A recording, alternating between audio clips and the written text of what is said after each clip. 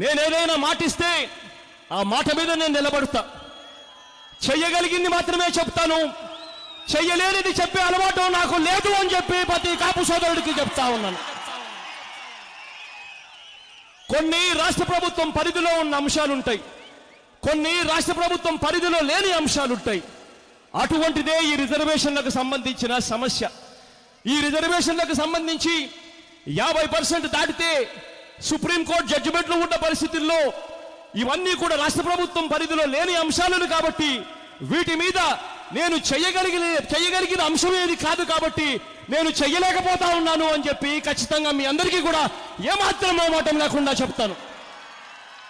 కానీ మొట్టమొదటగా కాపులకు అన్యాయం జరిగింది అని చెప్పి స్వరం వినిపించింది ఎవరెవరంటే అది జగన్ అని చెప్పి చెప్పడానికి కూడా వెనకడుగు వేయడం లేదు అని చెప్పి కూడా చెప్తా ఉన్నా. ఇదే కాపు సోదరులకు నేను మాటిస్తా ఉన్నా. చంద్రబాబు